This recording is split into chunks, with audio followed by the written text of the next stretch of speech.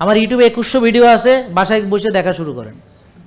দেখে দেখে এখানে নিজের ডাক্তারি নিজেকে করতে হবে। আমরা আপনার ডাক্তারি করতে পারবো না। আমার ডাক্তারিটা ওষুধ দিয়ে না, আমার ডাক্তারিটা হচ্ছে পরামর্শ ভিত্তিক। এখন যার নলেজ নাই সে পারবে না, নলেজ আপনি অর্জন করতে পারবেন। তাহলে এখন আসেন, ব্যায়ামের উপকারিতা আপনাকে শিখতে হবে, আমরা শিখিয়ে দিব, কিন্তু ব্যায়ামটা করবে কে? নিজেই। ঠিক আছে, কে করবে? সে করবে। এখন তার শরীর কিরকম, সে কি লাভ দেবে কি দেবে না সেটা তার ব্যাপার, সেটা কত জোরে দৌড়াবে সেটা তার ব্যাপার।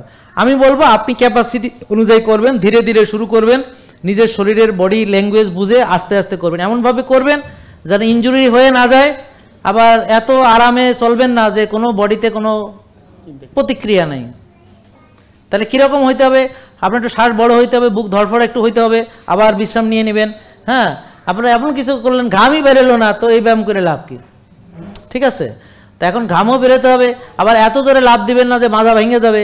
হ্যাঁ, এত জোরে দৌড় মারবেন না যে গিরাগারা শেষ হয়ে যাবে, সুইটে মুটে আলাদা হয়ে যাবে, এরকম না। তাহলে এখন উনি কি পারবে না পারবে আমি তাকে বুঝে ফেলাবো নাকি উনি বুঝবে? কে বুঝবে? তাই ওনারে আমি কিভাবে বলবো আপনি এই করবেন? আমার কি বলার কথা? আমি আপনাকে নিয়মটা শিখাই দিব। যে ধরেন আপনি হাঁটেন না, তো আচ্ছা হাঁটা দিয়ে শুরু করেন, তারপরে জোরে হাঁটেন, আস্তে হাঁটেন, তারপর হালকা জগিং করে দেখেন কি অবস্থা, শরীরের প্রতি কেমন আসতেছে। এভাবে ধীরে ধীরে ধীরে ধীরে শিওর যে সে দৌড়াতে পারবে। পারবে না? কিন্তু এখন যদি সে আজকেই দৌড় মারতে যায় তা কি হবে? মাজা যাবে, গিরা যাবে, তো আর তিন মাস বিছানায় পড়ে থাকবে। এবার বুঝতে পারছেন? এখন ওই লোক যে বললো যে কম খাইলে, কম খাওয়া মানে কি এটা সে জানে না। শোনেন, যেই খাবার খেয়ে আপনি মোটা গদা হয়ে যাবেন, রুগী হবেন, সেটা অতিরিক্ত খাদ্য। যেই খাবার খেয়ে আপনি নেতায় পোতায় যাবেন সেটা কি? কম খাদ্য।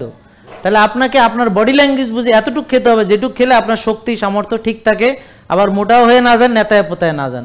তাহলে আপনার জন্য কতটুকু খাবার সেটা নির্দিষ্ট তো আমরা কেউ করে দিচ্ছি না। আপনাকে আপনার খাবারের পরিমাণ নিজে বুঝতে হবে। এখন দেখেন, বনের পশু পাখিরা আপনার থেকে খাবারের লিস্ট নেয়। হরিণ এসে জিজ্ঞেস করে, স্যার ডায়েট সার্ট করে দেন, আমি মোটা হয়ে যাচ্ছি, ভুঁড়ি বড় হয়ে গেলে আমি দৌড়তে পারতেছি না। আবার সিংহ এসে আমারে তাড়া করলে তো আমি দৌড়তে না পারলে তো আবার হেয়ার প্যাটে চলে যাব, ওস্তাদ একটা সার্ট দেন। হরিণে কয়, কেন কয় না? কারণ স্যাটিটি সেন্টার সবারই আছে, মানুষের আছে, পশু পাখির আছে। তো যারা রিয়েল ফুড খায় আর আল্লাহর দেওয়া নিয়ম মেনে চলে, প্রাকৃতিক নিয়মে চলে, ন্যাচারাল লজ মানে, তাদের কতটুকু খেতে হবে সবাই জানে।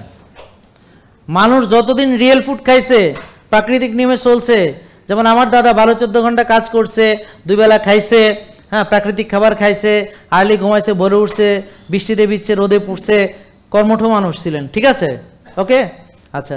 তাহলে ওনার খাবার কতটুকু খাইতে উনি বুঝতেন। ওনার ডায়াবেটিস ছিল না, হার্ট অ্যাটাক হয় নাই, কিচ্ছু না, বুঝতে পারছেন? তখনকার মানুষ মারা গেছে ইনফেকশাস ডিজিজে। ধরেন কলেরা হয়েছে, গ্রামকে গ্রাম মানুষ মরে গেছে।